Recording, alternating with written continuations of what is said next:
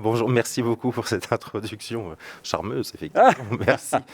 Bonjour à tous, bonjour à toutes. Merci de venir à cette journée technique. Merci au président Salingro pour ce discours inaugural. Donc effectivement, alors, je vais commencer à adresser dans les 10 petites minutes là, qui me sont imparties les enjeux en termes de prévention des risques professionnels.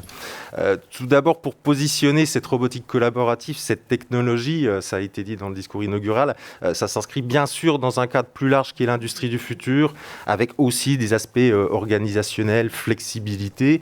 D'ailleurs, flexibilité, organisation, c'est un peu les espoirs portés par cette technologie.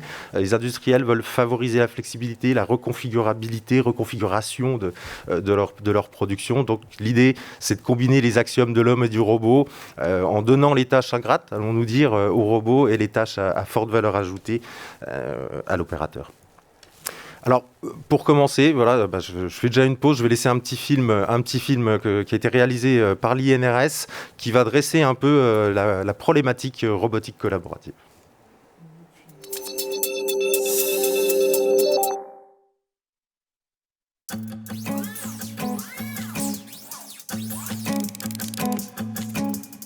De plus en plus d'entreprises s'équipent de robots collaboratifs, c'est-à-dire des robots qui travaillent à proximité des opérateurs et en interaction avec eux.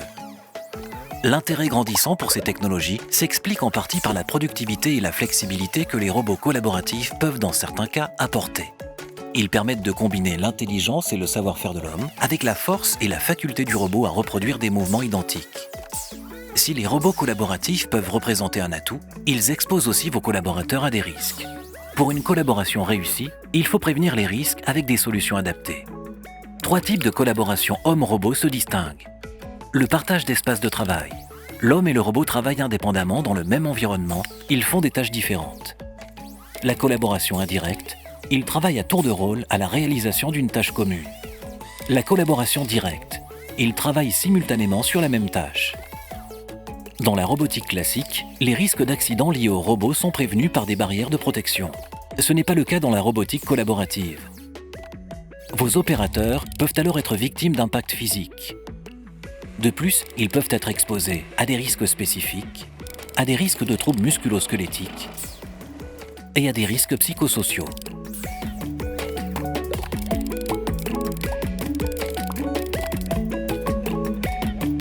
L'analyse des risques d'impact physique permet de vous orienter vers des solutions de prévention adaptées telles que des caractéristiques physiques des robots, masse réduite, aucun bord ou angle saillant, sans risque de coincement. L'arrêt nominal de sécurité, le robot ralentit progressivement quand l'opérateur s'approche et s'arrête si besoin afin d'éviter le choc. Il peut redémarrer dès que l'opérateur s'éloigne. Le contrôle de la vitesse et de la distance. Le robot évolue à vitesse réduite à proximité de l'opérateur et l'évite si besoin, en empruntant une nouvelle trajectoire calculée en temps réel. La limitation de puissance et d'effort. Le robot bouge doucement, équipé de capteurs. Il arrête immédiatement son mouvement en cas de collision.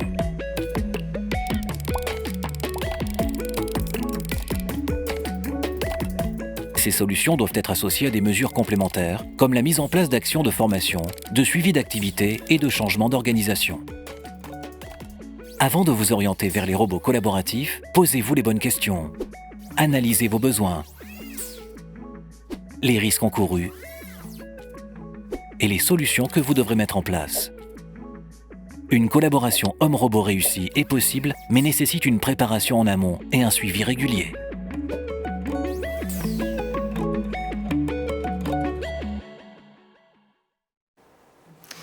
Voilà, alors cette vidéo permet de poser toute la problématique qui va bien sûr être approfondie au cours de cette journée technique. Je vais continuer sur les produits d'information INRS, voilà, un petit peu sur une brochure qui pose 10 questions et qui tente de répondre bien sûr à ces questions. Je ne vais pas les détailler ici, je vais en reprendre une ou deux dans ma présentation, dont une qu'on entend assez souvent. Voilà, les robots collaboratifs soulagent-ils alors l'opérateur de tâches contraignantes? Alors, bonne question, les réponses ne sont pas toujours binaires. Oui, parfois, bien sûr. L'objectif, on l'a dit tout à l'heure, c'est de décharger l'opérateur de ses tâches contraignantes. mais ils peuvent générer de nouvelles contraintes, ces robots, en tout cas l'application par de nouvelles contraintes gestuelles, physiques, voire mentales, ce sera développé plus tard. Et ce ne sont pas forcément des solutions d'assistance physique, la robotique collaborative. Donc justement, pour étayer et pour peut-être recentrer un peu sur qu'est-ce que la robotique collaborative, je repars sur ce slide qui pose la problématique trouble musculo-squelettique, effectivement, qui pour la résoudre, on va automatiser, robotiser potentiellement, on l'a dit, les tâches contraignantes, mais resteront de fait certaines tâches manuelles, opérations manuelles qui ne peuvent pas être automatisées. Donc nous, on va plutôt être dans un axe robotisation collaborative, partage d'espace, on l'a vu par ce petit film, ne seront pas ou très peu abordés aujourd'hui les robots d'assistance physique sans contention qui font bien sûr aussi de la collaboration directe, et puis ces nouveaux exosquelettes robotisés qu'on voit venir apparaître sur le marché. Donc nous, on va se focaliser sur ce qui a été présenté ici, sachant que ce continuum de technologie, ça a été dit aussi dans le discours inaugural, on reste toujours face à des risques liés à une interaction entre un homme et un système technique. Alors, pour revenir, voilà, on a l'habitude des années, on a travaillé sur la robotique, vous l'avez souligné. Alors, pour simplifier, bien sûr, une cellule robotique traditionnelle était protégée par une protection périmétrique physique. L'opérateur était à l'extérieur. On a dit que, allez, pour ne pas faire de mauvais jeu de mots, les risques étaient confinés. Lorsqu'un opérateur pénètre dans l'enceinte, il faut tout supprimer, arrêter les mouvements, le procédé pour supprimer ces risques. Le principe même de la robotique collaborative, besoin de collaboration, donc nécessité d'interaction. Donc nécessité de continuité de tout ou partie du procédé des mouvements. On a dit suppression des barrières physiques, oui, mais comment on se protège finalement vis-à-vis de tous ces risques qui restent, risques liés au mouvement, bien sûr, risques liés au procédé, risques liés aux outils. Alors, encore une petite question avant de passer la main à mon collègue. Les robots collaboratifs conviennent-ils à toutes les situations? Sont-ils immédiatement utilisables en situation de travail? Alors voilà, j'avais dit que c'était pas binaire, mais je crois qu'on y est. Non, non, c'est pas vrai. Au même titre que il n'existe pas de machine à tout faire, il n'y a pas un robot collaboratif qui peut tout faire. En tout cas, dans tous les cas, seul. La notion de plug and play, pour utiliser un anglicisme, certes, mais non, c'est pas plug and play, un robot collaboratif. Il y a besoin d'analyser les besoins, justement. Il y a des conséquences, on l'a vu, sur l'opérateur potentiellement, des risques, sur l'organisation, sur le collectif de travail également. Ce sera développé aussi toute cette journée. Et puis, tout ça nécessite une démarche globale d'intégration. On l'a dit, donc démarche globale d'intégration qui se repose sur des facteurs techniques, on en a vu, qui se repose bien sûr sur des facteurs humains. Et puis, ce fameux cycle, analyse du besoin, analyse du risque, recherche de solutions de prévention, tout ça, il faut qu'il y ait une adéquation. Et si ça ne matche pas, pour utiliser encore un anglicisme, il faut recommencer. Et il faut réussir qu'à la fin, on ait bien une application qui soit sûre. Et puis, une démarche globale d'intégration. N'oublions pas le suivi de cette intégration et de l'installation une fois que c'est mis en place. Merci beaucoup Jean-Christophe Blaise. Alors, on va passer tout de suite à David Thiers. Merci de cette introduction. Bonjour à toutes et à tous. Avant de vous présenter les résultats de cette étude, je vais tout d'abord resituer un petit peu la robotique collaborative, quels que soient les termes que l'on va utiliser pour désigner toutes ces solutions techniques, que ce soit robots coopératifs, cobots, robots collaboratifs, eh bien on voit qu'aujourd'hui, il existe une multitude de solutions techniques possibles sur le marché. La mise en œuvre de ces solutions techniques va permettre d'envisager des situations de travail différentes et qui autorisent le travail entre l'opérateur et le robot. Alors là aussi, il y a un vocabulaire qui est assez riche vis-à-vis de ces situations de travail, puisqu'on va évoquer la coexistence, la coactivité, la collaboration, qui peut être directe ou indirecte, ou encore le partage d'espace. Alors, au-delà de tous ces termes qui vont permettre de caractériser ces situations de travail, la question qu'on s'est posée, c'est quels sont finalement les besoins des industriels, qu'est-ce qu'ils veulent faire de cette robotique collaborative. Donc pour répondre à cette question, l'INRS a initié une étude au cours de laquelle nous avons rencontré 42 utilisateurs de robots, des industriels qui utilisaient des robots. Ces entretiens donc ont été menés au sein de 21 entreprises réparties sur toute la France. La taille de ces entreprises pouvait varier de quelques salariés à plusieurs centaines de salariés, de façon à être le plus représentatif possible de l'industrie française. Les secteurs d'activité ont eux aussi été le plus variés possible. Alors on retrouve bien évidemment des entreprises du secteur automobile et de la métallurgie qui sont quand même de gros consommateurs de robots. Mais on trouve également des entreprises du secteur de l'industrie agroalimentaire par exemple ou du textile. Lors de nos rencontres avec ces industriels, 27 cellules robotisées ont été identifiées comme sujets potentiels de notre étude. Parmi ces 27 cellules robotisées, 8 d'entre elles mettaient en œuvre des robots qui disposaient de fonctions collaboratives. Et 7 de ces robots étaient effectivement utilisés en situation de collaboration avec les opérateurs. Ce qui signifie que les protecteurs physiques autour du robot avaient été partiellement ou totalement supprimés. On a donc échangé avec ces industriels, on leur a demandé si finalement les problèmes qu'ils rencontraient sur leurs cellules robotiques pouvaient être supprimés grâce à la robotique collaborative. Et donc ce qui ressort de ces entretiens, c'est que 64% des industriels ont effectivement exprimé un intérêt pour la robotique collaborative. Alors ce résultat il peut être détaillé de la façon suivante. Il y a 45% des industriels qui ont répondu spontanément qu'ils étaient intéressés par la robotique collaborative, qu'ils y voyaient un intérêt. Les 19 autres %, quant à eux, ont évoqué cet intérêt, mais après qu'on leur ait présenté les différentes possibilités offertes par la robotique collaborative. On a donc ensuite recensé l'ensemble des besoins, des attentes de ces industriels, qu'on a synthétisés et qu'on a regroupés par grands thèmes, qui figurent ici dans ce tableau.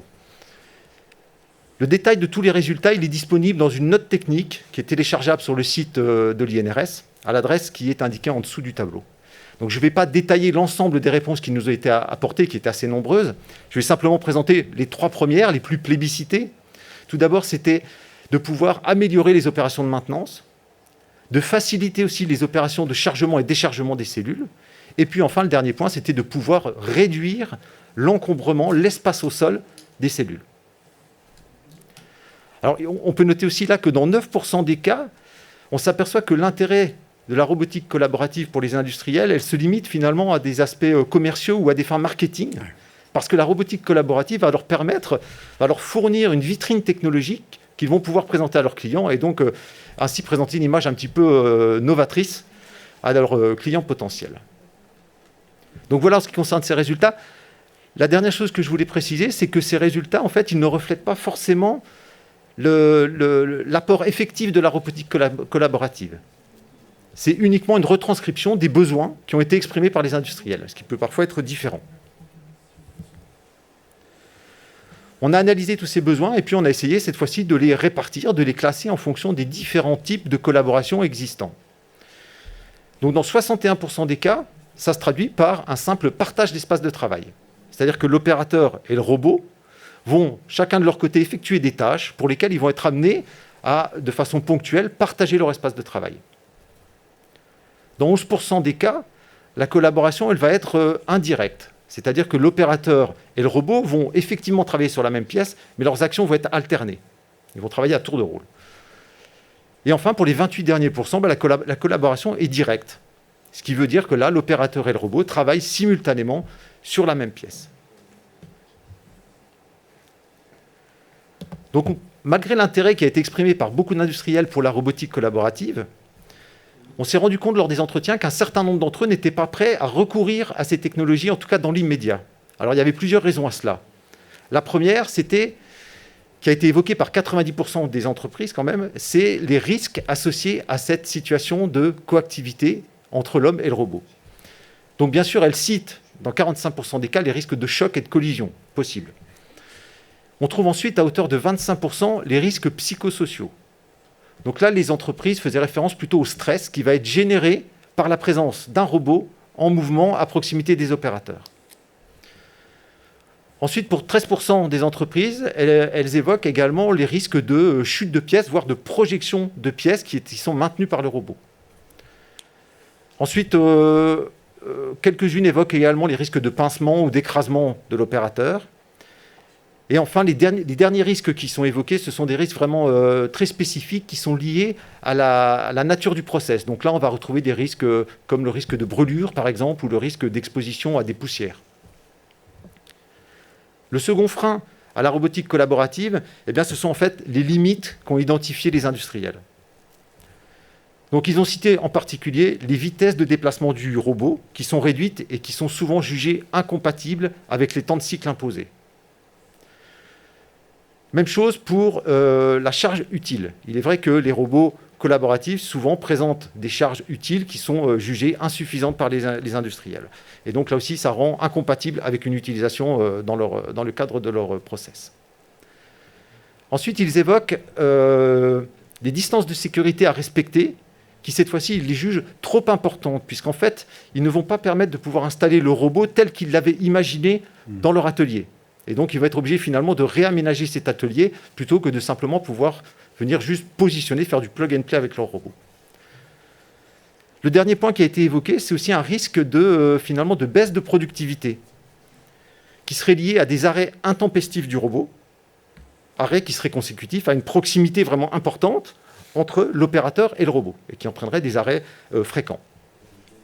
Donc voilà, tous les freins qui ont été évoqués lors de notre enquête par les industriels.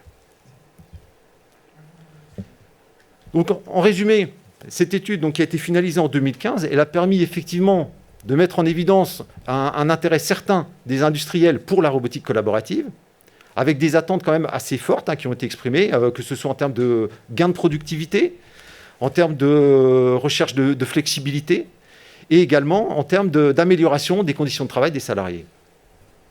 C'est un premier point. Néanmoins, on a constaté lors de nos visites dans les entreprises que finalement le taux d'équipement en termes de robots collaboratifs, il était quand même relativement restreint. Il était limité. Alors il est vrai que cette étude, elle a démarré en 2012, c'était une technologie qui était vraiment récente. Donc les industriels étaient encore curieux, ils s'intéressaient effectivement, ils se posaient des questions sur les risques, et puis également sur les limites de ces technologies. Donc voilà pour cette étude. Maintenant, la question, c'est qu'en est-il en 2021 ? Est-ce que les entreprises se sont finalement massivement équipées de robots collaboratifs ? Est-ce que les fabricants et les intégrateurs ont réussi à répondre à toutes ces attentes qu'avaient exprimées les industriels ? De quelle façon ils l'ont fait ? Et puis aussi le dernier point, est-ce qu'ils ont réussi à lever les craintes qui avaient été exprimées ? Quelles solutions techniques, quelles solutions autres que techniques ont-ils pu mettre en place pour rassurer ces utilisateurs ? Eh bien, donc, c'est à toutes ces questions et à d'autres, évidemment, qu'on va essayer de répondre tout au cours de ces interventions qui vont avoir lieu durant cette journée consacrée aux robots collaboratifs. Vous trouverez donc sur ce transparent un certain nombre de liens qui vont vous permettre de retrouver tous les documents, et en particulier les documents qui ont été présentés par Jean-Christophe Blaise lors de son intervention. Voilà, je vous remercie de votre attention et je vous souhaite à tous une très bonne journée technique. Merci beaucoup David Thillet. Monsieur Blaise, rejoignez-nous, vous avez un micro, donc vous allez pouvoir répondre à toutes vos questions, toutes nos questions. N'hésitez pas, vous qui êtes en train d'assister à cet événement, n'hésitez pas à les poser, vous allez dans l'onglet chat, et puis moi je serai ravi de prendre vos questions pour les poser aux intervenants. Et justement, on vous demande, par exemple, est-ce que les robots collaboratifs permettent d'améliorer la productivité ?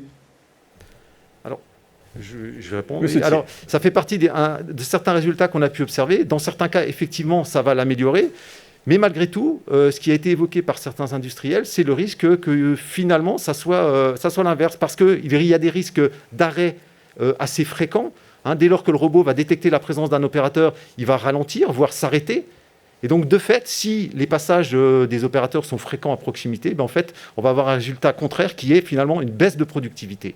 Donc là aussi, il faut que, lors de la mise en place, il y ait vraiment une spécification du besoin qui soit clairement faite, de façon à pouvoir identifier les éventuels passages trop fréquents et donc renoncer, pourquoi pas, à la robotique collaborative en fonction des besoins exprimés. Parce que, Monsieur Blaise, moi, ce que j'ai compris quand même, qu'en matière de robotique collaborative, le cobot en question, il est intégré dans l'atelier avec les équipes autour. Il doit manipuler des charges, mais pas trop lourdes. Il doit être puissant, mais pas trop. Il doit fonctionner à des cadences qui sont pas trop rapides, parce que s'il va trop vite, il risque de blesser. Donc, j'ai l'impression qu'il travaille moins vite qu'une personne humaine. Est-ce que je me trompe ? Et dans ce cas-là, comment est-ce qu'on arrive à avoir une productivité qui est meilleure que celle d'une personne humaine ? Alors là, je sais pas si le micro fonctionne, mais je ne sais pas si je saurais vous répondre. Ah, d'accord. Je ne sais pas si je saurais vous répondre à ça. Effectivement, mais c'est productivité par rapport à quoi ? Oui. Quel est l'état initial ? C'est ce que dit un peu David. C'est ça. Quelles sont les cadences demandées, etc. D'accord. L'idée, elle est bien, collaboration entre les deux. Du coup, pour que la productivité s'améliore, et quand même aussi pour soulager, je pense que c'est important, soulager l'opérateur. Ouais, j'ai compris ça. L'une des grandes motivations, c'est quand même de réduire les TMS. les troubles musculo-squelettiques. C'est une des grandes envies qui motive effectivement le fait d'utiliser des cobots. Alors, est-ce qu'on a aujourd'hui une idée du niveau de satisfaction des entreprises qui ont installé des cobots chez elles, ou est-ce que c'est encore, on va le savoir avec ce travail d'analyse et de sondage qui va se poursuivre, c'est ça ? C'est la question qu'a posée David dans sa conclusion, effectivement. Alors, on a quelques éléments de réponse, mais on fait du teasing. On va laisser les futurs intervenants répondre au fur et à mesure. Il y a des intégrateurs qui nous ont fait l'honneur de venir aujourd'hui, donc ils vont nous expliquer un peu ce retour d'expérience. Alors, nous, on en a un tout petit peu, mais finalement pas tant que ça. Alain Balsière de la CARSAT aussi l'évoquera. Il sillonne toute sa région à la recherche, effectivement, de retour d'expérience. Ouais.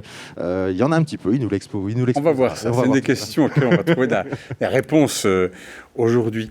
Il y a eu un discours il y a quelques années, peut-être 5 ans, 6 ans, très volontaire de la part de certains acteurs du marché, en disant, qui donnait l'impression que le Kobo, ça allait être une solution facile, peu coûteuse. Est-ce que c'est aussi simple que ça ? J'ai l'impression que non. Un Kobo, ça demande une démarche, que tout ça, ça se réfléchit, que à la limite, ce serait pas mal d'avoir des organismes de certification qui soient associés au projet dès le début, enfin, quand on est un fabricant en tout cas. Qu'est-ce qu'il en est au juste ? Du coup, si vous me permettez, effectivement, c'est ce que j'ai mis dans un des slides. Je crois que même plus que pour toute autre machine, à la limite, il faut absolument cette analyse du besoin, cette démarche totale, parce que on peut arriver à un moment global de l'analyse, l'analyse jusqu'à jusqu'à le choix des solutions. Et si on s'aperçoit que la solution technique elle fonctionne pas, il faut tout redécoudre. J'allais dire sur une machine traditionnelle, alors, si tant est qu'on ait choisi la bonne machine, c'est encore autre chose. Si on prend une presse pour faire un trou, ça va être plus compliqué. Mais voilà, alors que le robot, on a l'impression qu'on peut lui faire plein de choses, mais il faut aller jusqu'au bout. Il faut que la solution technique réponde bien à ses besoins, parce qu'il ne faut pas qu'il reste un risque qu'on aurait un peu oublié dans notre analyse du risque. Et je pense que cette démarche, elle est importante. À un certain moment, on va dire, non, on ne peut pas y aller, ou il faut y aller directement. Donc, il y a toujours cette, qu'on a représenté par une roue, là, mais en tout cas, un cycle qui doit être itératif et plus d'une fois, à mon avis. Il y a aussi l'idée qu'on pourrait éventuellement remplacer un robot existant par un ou plusieurs cobots. C'est plus compliqué que ça. Oui, effectivement, comme on l'a évoqué, c'est beaucoup plus compliqué que ça, puisque on l'a vu, les performances fournies par ces robots ne sont pas équivalentes à celles qui sont fournies par les robots classiques. Donc là aussi, il y a toute une démarche d'analyse à faire pour s'assurer que le remplacement des robots classiques par ces robots collaboratifs permettront d'atteindre les objectifs fixés à la fois en termes de production et également en termes bien sûr de sécurité, quoi. Donc ça fait partie des fiches et des questions qui ont été posées dans les documents de sensibilisation. Effectivement, on ne peut pas remplacer directement un robot classique par un robot collaboratif.